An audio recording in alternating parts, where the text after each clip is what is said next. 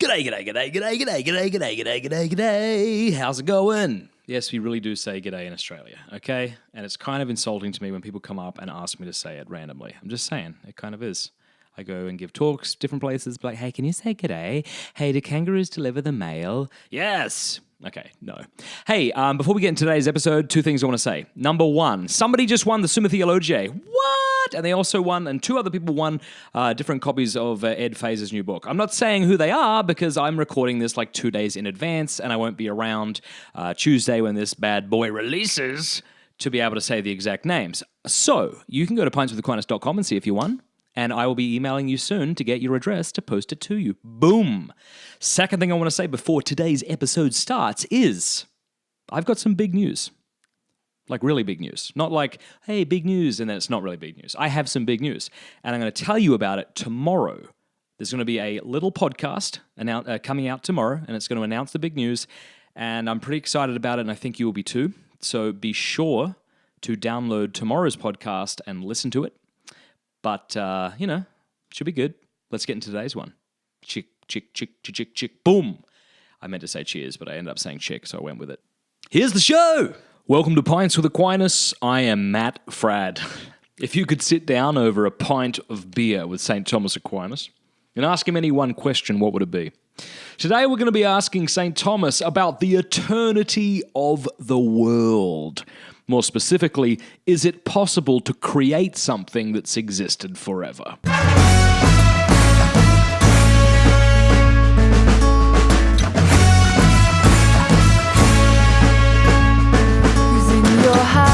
Welcome back to Pints with Aquinas. This is the show where you and I pull up a bar stool next to the angelic doctor to discuss theology and philosophy. This is not going to be an episode for the faint of heart. So if somebody told you about Pints with Aquinas and this is the very first episode you've ever listened to, maybe don't. Maybe go back and listen to something else, because we're going to read quite a portion from St. Thomas Aquinas, and it's going to have to do with some, difficult issues that I certainly don't pretend to understand fully, but which I think if you're a bit of an Aquinas geek, you're certainly going to find fascinating. Just a warning. I also wanted to say a big thank you to everybody who supports Pints with Aquinas on Patreon. I really don't know how to express this enough. I'm so humbled. Whenever somebody makes a donation, $5 a month, $10 a month, I email them right away and just thank them. And I'm super thankful. I've been out speaking. Ooh, look, there's my phone. I've been out speaking recently, and the last few times I've been out, I've actually encountered people who have either converted to Catholicism because of Pints with Aquinas, or just this last week I was in Boise, Idaho, and someone came up to me and said their friend, so shout out to you, friend of the guy in Boise, just converted to Catholicism because of this show. That's ridiculous. And quite honestly, I couldn't do this without you. And it really means so much to me, to all you guys who support Pints with Aquinas. So, if you just want to look into it, I'd be super humbled. Go to pintswithaquinas.com and click support. There's people who are dropping out all the time. Every month when the credit card gets charged, people cease supporting for financial reasons, which I totally get, and that's fine. If you've never supported and you want to support, it would mean a lot. Okay, so here we go. On the eternity of the world. All right, now look. One of the reasons that Aristotle was so controversial in the 13th century among Catholics is because there were certain errors that he had made that were at odds with the Catholic faith. All right, up until the rediscovery of Aristotle, the Christian theologians tended to be more Platonic in their outlook, like St. Augustine and St. Anselm. You had some copies of Aristotle, like his work on logic and other things that were in circulation, but some of his other works, like on metaphysics and such, didn't kind of find their way to Europe until about the 12th and 13th century. So, again, one of his key errors is the idea that the universe is eternal. Okay? And not just that it's eternal, but that it must be eternal. Do you understand? He's not saying there's no compelling philosophical argument to think that the world is finite. No. Aristotle said that there's compelling philosophical arguments to think that the universe must be eternal. We won't get into those arguments, but suffice it to say, when Aristotle, reached Europe around that time in the 13th century, there was a lot of debate. And you've got different Christians coming up with different answers. So there's a bloke by the name of Averroes, and he was an Islamic philosopher. And he had this idea of a sort of a double truth, right? Like some things can be true in theology, but not true philosophically. Like they can actually contradict and both be true. And certain Latin Averroists, as they were called, those who followed Averroes, who were Christian, held the same thing. What's his name? CJ of Brabant. I remember him. I read him a little while ago. But if I'm not mistaken, he basically said that, yeah, okay, I'm a Christian, and so as a Christian, I submit to the Word of God, which teaches that the world is finite. Nevertheless, philosophy shows that the world is eternal, and both are true. That's ridiculous. Yeah, it's ridiculous. Both are true. Okay. Then you've got other Christians who do not go along with this nonsense that two things can be contradictory and both be true. You've got people like Bonaventure who actually came up with arguments for the finitude of the world. Okay, Bonaventure was a contemporary Franciscan, another doctor of the church, who came up with arguments. It was in his commentary on the sentences, I believe, that he develops a number of arguments to show that it doesn't make any sense to say that the world had always existed. I tend to lean with Bonaventure on this, and maybe we'll get a chance to explain why towards the end. So I really do feel myself compelled. When I hear arguments from philosophy for the finitude of the universe, I find them compelling. But so Aquinas would disagree with that, and he disagreed with Bonaventure, and he certainly disagreed with like CJ of Brabant. Basically what Aquinas wants to say is, like, is it possible for something that has always existed to be created? Okay. Now that's a different question to, is it philosophically possible that a universe that proceeds, throughout time could have always existed? All right. So we can just ask the question, is it possible that the world could exist forever and was created? And that's sort of what Aquinas wants to address here in what I'm about to read. So this is really exciting. Like, I read this and I found myself like just as captivated as if I was reading somebody writing today. And I really think if you're a fan of Aquinas, you're going to find this fascinating as well. So heads up, it's a little long, okay? But I want to read it all to you.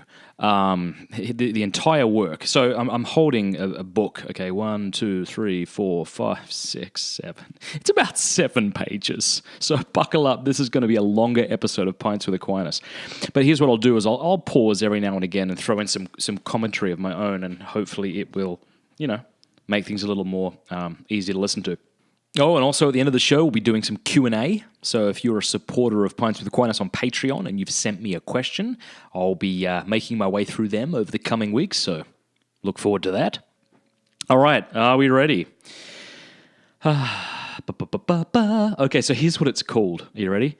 On the Eternity of the World Against Murmurers. Yep, you heard that right.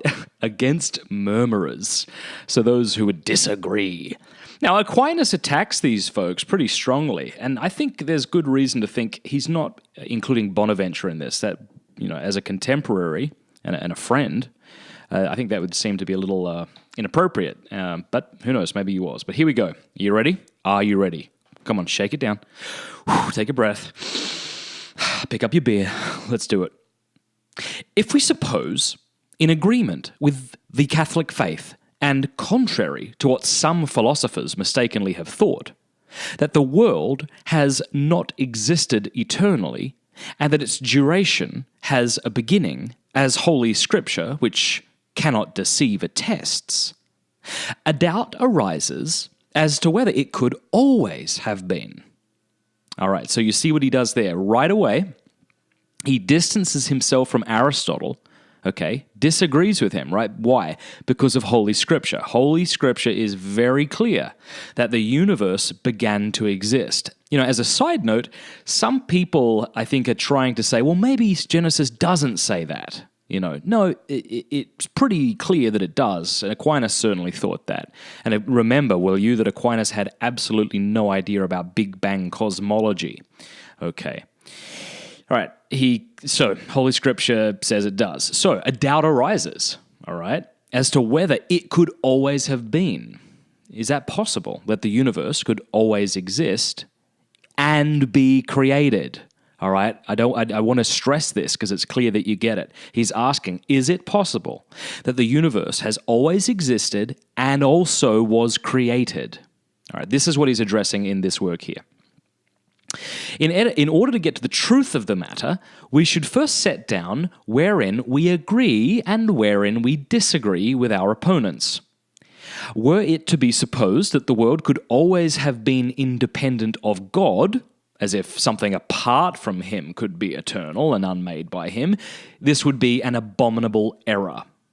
Not only in the eyes of faith, but also among the philosophers who maintain and prove that whatever in any way exists must be caused by him who fully and most truly has existence. All right, so he's saying we can both agree on that. All right, Aquinas would never say that it's possible that the world had always existed and yet God not create and sustain it. Aquinas continues, however, we must ask if it could be maintained that something always existed and yet is wholly caused by God. There's that point I keep driving home. This is what Aquinas is trying to address in this document. Were this to be judged impossible, this would either be because God could not make something that always was, or that it could not come to be even if God could make it. All right, so he's narrowing it down. If it's impossible, right, that the universe could have always been and yet be created, it's for two reasons. Either because God could not make something that always was, or that it could not come to be even if God could make it.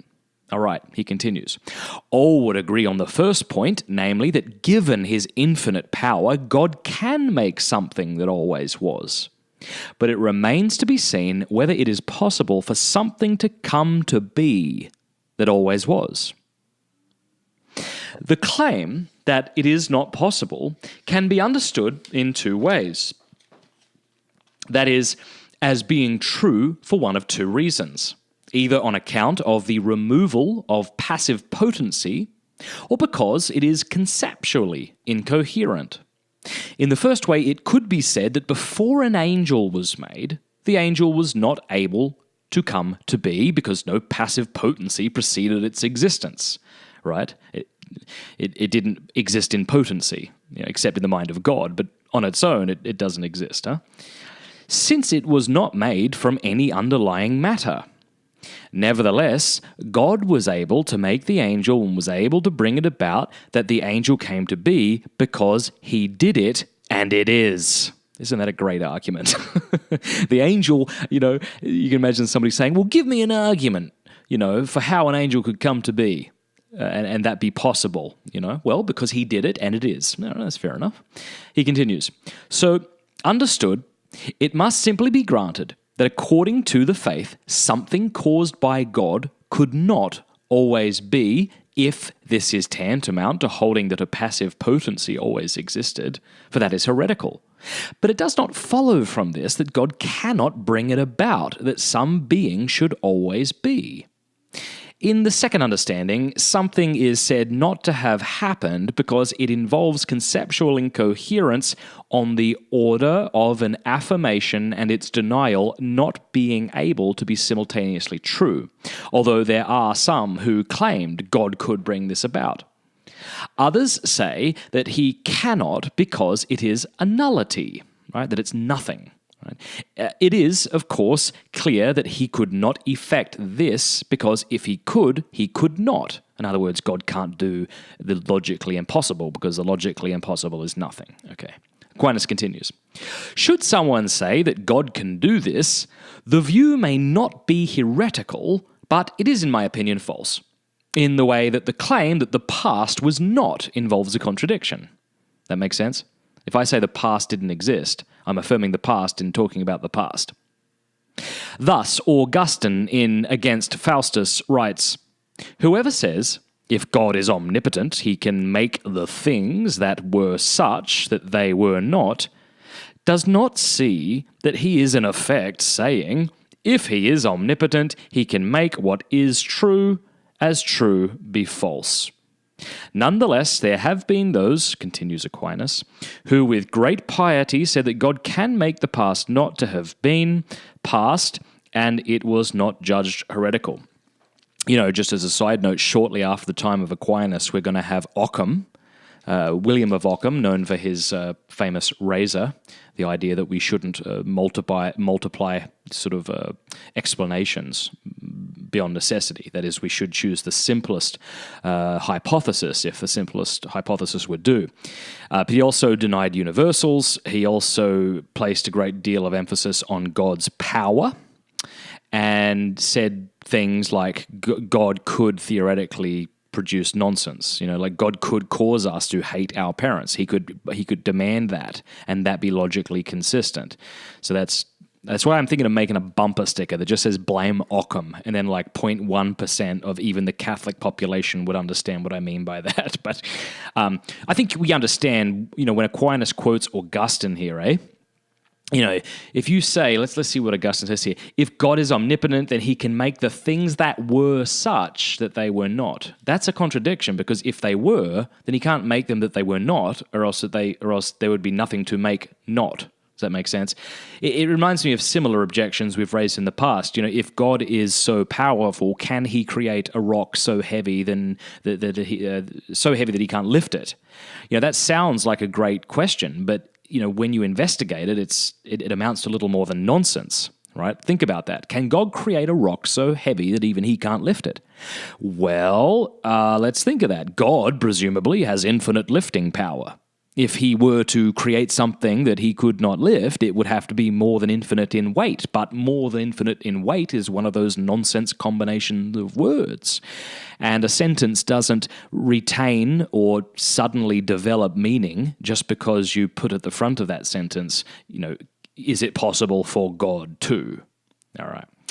Okay, let's continue here with Aquinas. He says, is there then some conceptual incoherence and incompatibility between something's being caused by God and always having been? However this comes out, it is not heretical to say that something caused by God has always been. I nonetheless believe that if there is incoherence, self-contradiction, in the claim, then it's going to be false. Okay? If there is no incoherence, not only is it not false, it could not be otherwise, and to say so is erroneous, since it pertains to God's omnipotence to exceed all understanding and power. One who said that something could come about in creatures cannot be brought about by God would derogate from God's omnipotence. In other words, if you can show that something can be eternal and yet created, then you cannot say that God couldn't do it. Since it's not a contradiction, Aquinas is saying, then even if you don't understand how God could have done it, recognizing that because God is omnipotent, that he could do it, even if you don't understand it. Okay. Sorry, finding where I am here. Okay, so then here he uses an example where he's like, sin is not a counterexample, since as such they are nullities. So he's like anticipating your objection. You know, well, if God can't do nothing, or, you know, if he's all powerful, you know, like you say he is, and he can do things, even if I can understand them, then I guess he can sin, right? Because sin's something. And Aquinas doesn't flesh out his thought here, but of course to sin is to be less than perfect, and God is perfect, and so to sin would contradict his nature and therefore would be impossible. All right, the whole question then comes down to this. Here it is. It comes down to this, you listen. Whether or not to be created by God in its complete substance is incompatible with not having a beginning of its duration. That they are not can be shown in this way. All right, so here it is. Here's his argument, and I agree with it, even though I tend to lean towards thinking that the universe couldn't be eternal, but I agree with this, but he says there could be only two reasons for their incompatibility, okay? Whether the one or the other or the two together. Either because the efficient cause, you'll remember what does efficient cause mean? There are 4 types of causes, efficient, material, formal, and final. These come from Aristotle, and the efficient cause means, A which brings B about. Okay, so I'm holding a coffee here. There was an efficient cause of this mug. It wasn't me. But in a sense, I am the efficient cause of the coffee that I am about to drink. Yeah, baby. Okay, so either, says Aquinas, because the efficient cause must precede its effect in duration, or because non-existence must precede existence in duration. Those are the two ways. Okay, so if you want to say that the universe could not be eternal and created, here are your two options, he says. All right. 1, because you have to say the efficient cause must precede its effect in duration. All right. God exists, then he creates the world. That would be your argument. You can't say from all eternity the world has existed alongside of God. So that might be your one escape. The second thing would be you would say something like, well, non-existence has to precede existence in duration. Right? It has to come before it. If we're going to say God created the world ex nihilo, out of nothing, then doesn't that mean that nothing preceded the world in time, in temporal duration? Right? Those are your two options. All right, now Aquinas is going to have a look at them. The first thing to show is that it is not necessary that the efficient cause, namely God, preceded his effect in duration, should he so will. The first, then, no cause which produces its effect immediately need precede its effect in existence. Here's his, he writes in syllogisms. I love this. Listen to this. But God produces his effect immediately, not through motion. Therefore, it is not necessary that he precede his effect in duration. The first premise is inductively evident from all immediate changes, such as illumination and the like. All right, so for example, for as long as the sun has existed, so has the light. It's not like the sun existed and then the light existed. Another example, if you take a bowling ball and you put it into the pillow, the depression in the pillow didn't exist, temporally, after you put the bowling ball down, right? It existed at the exact same time. So I agree with Aquinas on this, and elsewhere he says something like, if somebody had their foot on a patch of dirt from all eternity, you know what else would exist from all eternity? The effect of that foot, namely the footprint. All right. Aquinas continues. Listen to this. I love this syllogism. He says, the first premise is inductively evident from all immediate changes, such as illumination and the like. Nonetheless, it can be proved as follows. So here's his proof. In any instant in which a thing exists, the principle of its action can be posited, as is clear in all generable things, since, and here's the syllogism, in that instance in which fire begins to be, heating begins. That's similar to my sun analogy, yeah? Right? But in immediate activity, its beginning and end are the same, as is the case with all indivisibles. All right, sorry, here is the syllogism. I thought it was a little earlier than this. Here it is. In any instance in which an agent producing its effect immediately is given, the term of its action can also be posited. Second premise. But the term of its action is simultaneous with the things having been made. Think of the bowling ball in the pillow. Therefore, it is not incoherent to posit a cause producing its effect immediately and not preceding it in duration. It would be incoherent to say this of causes which produce their effects through motion, because the beginning of motion must precede its end. Because we are accustomed to makings that involve motion, the claim that an efficient cause need not precede its effect and duration is not easily grasped. All right, so Aquinas gets that. Like if I say to you, again, think about this, right? God has existed from all eternity. And Aquinas is arguing that it's possible that for as far back, and that's the wrong way to put it, of course, because God doesn't exist in time, but as long as God has existed, which is infinite from all eternity, the world has also existed. That's really bloody difficult to understand, right? And it's difficult because usually when we think of cause and effect, we think of a cause taking place and then the effect, Like Jimmy threw the rock, then the window broke. But when you think about it, the cause that produced the effect of the broken window was not just Jimmy throwing the rock, right? He is the efficient cause of that, but at the moment the rock hits the window, at that exact moment the window breaks. All right, so there again, I think, is another example that we can see that the cause doesn't have to precede the effect in time.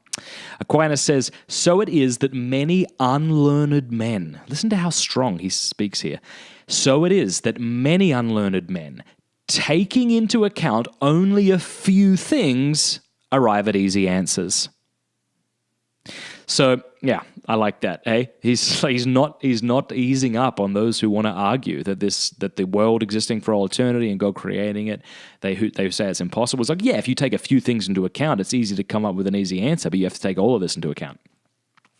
Guys, there is more to read, and I've been talking for longer than I wanted to. So right now, we are way over time, and I know many of you who write to me say you like to listen to the podcast more than once, so everything will sink in. So I'm going to pause right there. And next week, we're going to pick up what Aquinas says. We're going to read the rest of this work, right, on the eternity of the world against murmurers. And I'll share some thoughts next week as to why you might think that Bonaventure is correct. Okay, so you can agree with Aquinas and say, all right, it's possible that God could create something that's infinitely old. Right? That's possible. You could agree with that, I think, and still agree with Bonaventure and other Christians who say that given the nature of the universe, right, which exists in time, that it's impossible for something to be infinitely old. And we'll talk about that next week. But now it's time for some Q&A. Okay. Let's see. We'll get to as many questions as we can today. First one comes from Matthew Hunt. Matthew Hunt, you rock my world, brother. I appreciate your support on Patreon. Matthew asks, let me try a non-political, non-hot topic question this time. What is your favorite TV show, favorite episode, favorite character? Why to all of the above? All right, let me do my best here. So whatever my answer is going to be, it's not like a full endorsement of this TV show. Obviously, television shows, movies, literature, much of it has questionable material in it. I mean, that includes the Bible when you think about it. I mean, there's scenes of rape. There's scenes in which, the second person of the Blessed Trinity is executed. That's pretty scandalous. And so I guess I just say that maybe a little defensively because sometimes people say to you, well, you shouldn't be watching that. And you think to yourself, goodness, if I wasn't able to expose myself to material that had, morally problematic content, I couldn't even read the Bible. That said, so here's a few shows. I don't know what it would be like if I went back and watched it, but I remember being so impressed with Breaking Bad. And so Breaking Bad, for those of you who aren't aware, is about a man called Walter White. who was a chemistry high school teacher and, quite a shy guy and not very assertive. And he gets cancer. And he's aware that his family are going to be left with nothing. And he's like, what can I do to provide for them? And he ends up, because he's a chemistry teacher and he's not just a chemistry teacher, he's really brilliant, he starts creating crystal meth and selling it. And I forget how many seasons it is. It's about 8 seasons, but basically you see this soft-spoken, non-assertive man turn into a moral monster, essentially, as he becomes harder and harder, and lies after lies to his wife and to his son and to those that he loves. It was really fascinating. I remember there was 1 or 2 times that I was watching it and I had to stop because I'm like, this is awful. I'm not going to give it away, but there's one moment where he did something exceptionally terrible and tried to justify doing it, and I'm like, okay, I'm done. But it was just a very entertaining show, and it was very realistic. And one of the things I liked about it was that it didn't glorify the sin. And it was the greatest finale in the history of television that I remember watching. It was so satisfying. I mean, here's this guy. At any point, if he had have turned himself in, if he had been honest with his wife and said, I'm sorry, his life would have become 1,000 times more beautiful. But he refused to, and he just went down and down and down and became a horrible monster. And his whole life was destroyed. And in a way, it shows what sin does to us. Like, it slowly eats us out, from the inside. And so it didn't glamorize, selling crystal meth. I didn't think. That said, I know there's lots of problematic content in there, and it certainly isn't, me. It's not a wholesale recommendation of that show, but I thought he was a great character. I also really like Parks and Recreation. Again, there's a lot of problematic content in there, but I like that. I like Ron Swanson. He's really funny. So yeah, those would be a couple of things that I watch. It's funny, man. I mean, there's so many shows. You can get so addicted. Oh, another one was Daredevil. Daredevil was such a great series on Netflix. They've produced a lot of other things that I thought were really bad. Like, I think Luke Cage. I watched like a couple of episodes of that. Didn't like that at all. What was it? Iron Fist. I thought that was pretty lousy. But for whatever reason, Daredevil was really good.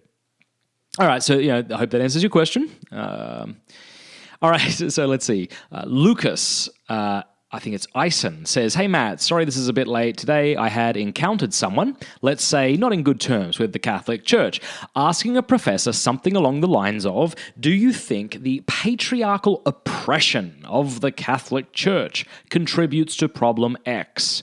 I think it had to do with male-dominated violence against women. But anyway, I was sitting in there and not knowing really what to say or if I should say anything at all. My question is, how do you deal with, or how would you recommend your brothers and sisters in Christ to encounter the church being, attacked in such broad, vilifying terms that are ideologically driven? How should we respond to that? Usually time is short to engage in a discussion. Is it our job to defend the church? After all, it is Christ's bride. It is our family, brothers and sisters that I feel being insulted. How do you deal with such situations? Thank you. All right, well, thanks for the question and thanks for your support on Patreon. It's always really important that we clarify our terms. First of all, I'm not sure if there's much you could have said in that situation that would have been that helpful. I don't think we are morally obligated to respond to every accusation leveled at the church or every sort of insinuation, that's said to the church. Because, in that situation, you think about, realistically, what could have you said that would have been beneficial? Maybe it wasn't even your time to speak, right? If this is her question to the professor, it may have sufficed just to not ask anything. But defining terms is key. You'd want to say to this girl maybe after class, what do you mean by patriarchy? Patriarchy, obviously, it just means a sort of social system where men are have the power, have the leadership and that sort of thing. It's not. Sometimes patriarchy is said synonymous with sort of misogyny. The two are sort of said as if they're the same thing. Well, misogyny just means a hatred of women. Patriarchy isn't that by definition. So we need to distinguish the two. So what's the problem with men having leadership roles? This is certainly how Jesus set up the church. That's certainly the way in which the Old Testament was organized. So what's the problem with men having roles? I mean, I think when people complain about patriarchy, what they're usually complaining about is the abuses of men, and that's something to complain about, and so you don't want to apologize for the way in which men have been abusive to women or men have abused their leadership, their authority, right? Their privilege. I mean, for goodness sake, when you think about the sex abuse scandals in the church, this is a clear example, right, of bad men taking advantage of the fact that they're a moral authority and then preying upon, younger boys for the most part. And I don't want to blow that out of proportion. It certainly was a small number of priests that did this, but any number of priests is an absolute bloody abomination. So we ought to apologize for that. And so I'd want to know more, right? Like when she talks about, the church and oppression, what do you mean by that?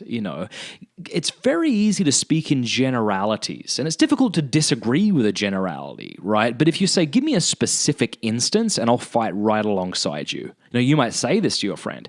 You might say, I agree with you entirely that if there is a man in leadership who's abusing his leadership, by abusing other people, yeah, I'll condemn him with you. Like you have an ally in me. But suppose you talk to her, after class and she says, well, I'm talking about like an all-male priesthood. You might say, what's the problem with that? Why is that a problem? And now if she thinks that it somehow means that women are less than men, well, that's not true at all. I mean, women are able to have children. That doesn't make women better than men, even though, let's face it, their bodies appear way cooler than ours, in that respect. But that doesn't mean they're better than us. It just means they're different to us. And I think it's fair to say that women have, generally speaking, certain gifts that men typically don't have. And the same should be able to be said about men in relation to women. What's the problem? I mean, we're not exactly the same. To treat unequal things as if they're equal, it doesn't do anyone any good. We are equal in dignity, but that doesn't mean we have different gifts that complement one another. So, yeah, I don't know if that gets to your question or not. I mean, look, you're not morally obligated, to respond to every objection somebody has to the church, because you might end up doing more harm than good. I suppose you're around the Thanksgiving table and maybe your in-laws aren't Catholic and, they say something a little distasteful about the Catholic Church and you're the son-in-law at their home. It may not just be unproductive, it may be counterproductive, to get into an argument with your mother-in-law. And so you might bite your tongue and offer up a prayer and, pray that maybe if the opportunity should arise at a different time where it's more appropriate to speak your mind, that you'll take advantage of that. Okay. Next person is Juan Salazar. I think that's how I say your last name, Juan. Apologies if I butchered that, but thanks very much for the question. You say, and for your support on Patreon, you say, hello, first of all, I want to thank God for your service and wisdom. I wanted to say that I wish I knew Pints with Aquinas before when I was studying philosophy at the seminary. I did my philosophy at St. Philip's Oratory in Toronto, and let me tell you, this is very nice. Thank you, Juan. I hadn't read this before the show. I didn't know this was going to be a compliment. You are very clear at explaining St. Thomas. Thank you very much. You say, I have a question. I hope you can answer it. I remember one of my philosophy classes, we were talking about how is impossible. Maybe you mean how it is impossible for a human being to love God, philosophically speaking. Because to love is a physical thing that only comes through our senses, or better, we can only love what we can sense. I forgot how to answer this question. I also forgot if St. Thomas answers this. I hope you can help me. Thank you. I'm not entirely sure what you mean. I mean, I don't see why we should only be able to love what we can sense. Suppose you grow up never knowing your father, and you've never really asked about it, but you just know you don't have a dad. And suppose one day your mother sits you down and she says that when you were a baby, your father sacrificed his life for you and your mum. Well, since as a Christian you believe that your father continues to exist, why can't you love him? I mean, you've never sensed him, but you know he exists. Why can't you feel affection towards him, want to do what he would have you do, be the sort of man that he would have you be? I'm not sure why that's not the case. Or let's think of another example where your father is still alive on earth. Suppose he's captured by the enemy and you have very good reason to think he's a prisoner of war. Well, in that sense, you love him in that you want the good for him. All right? And so when but you've never sensed him, right? You have no sensual experience except for the words of your mother, telling you about your dad. And you might say, well, that in a sense is, physical. Yeah, well, okay, well, we have the physical world, which we can see. And this physical world, Thomas Aquinas says, would point to the fact that there is an unmoved mover, an uncaused cause.